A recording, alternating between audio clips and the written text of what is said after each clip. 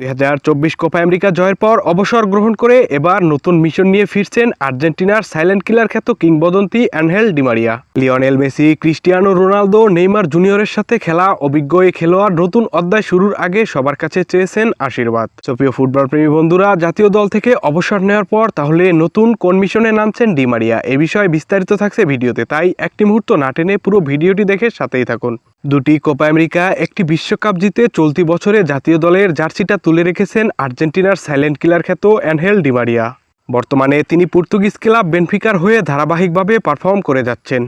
তবে বয়স বাড়ার কারণে হয়তো আর বেশি দিন মাঠে পারফর্ম করতে দেখা যাবে না ডি মারিয়াকে। মাঠে থেকে পুরোপুরি অবসর গ্রহণের পর নিজেকে কোন পেশায় নিয়োজিত রাখবেন এবার সেটি নিজেই প্রকাশ করলেন ডি মারিয়া। সম্প্রতি একটি সাক্ষাৎকারে নিজের ভবিষ্যৎ পরিকল্পনা নিয়ে কথা বলেছেন আর্জেন্টাইন এই কিংবদন্তি। খেলোয়াড়ি জীবন পুরোপুরি শেষ করে ফুটবলের সাথে নিজেকে জড়িতও রাখতে চান আর্জেন্টাইন এই কিংবদন্তি।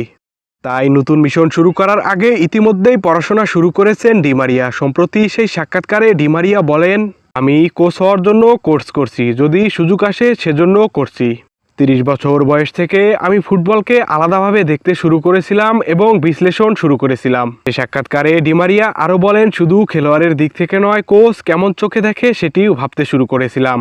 আমি জানি কোচিং করানোটা অনেক কঠিন, এটা অনেক সময় নেয়। একজন খেলোয়াড় হিসাবে আপনি শুধু অনুশীলন করবেন আর বাড়ি ফিরে যাবেন। কোচ হওয়া নিয়ে ডি মারিয়ার এমন বক্তব্যের পর অনেকেই মন্তব্য করছেন হয়তো আর্জেন্টিনার কোচ হয়ে আবারও জাতীয় দলে ফিরতে যাচ্ছেন আর্জেন্টাইন এই সাইলেন্ট কিলার। প্রিয় ফুটবল প্রেমী বন্ধুরা, এ বিষয়ে আপনাদের মূল্যবান মতামত জানিয়ে দিন কমেন্ট বক্সে। ধন্যবাদ।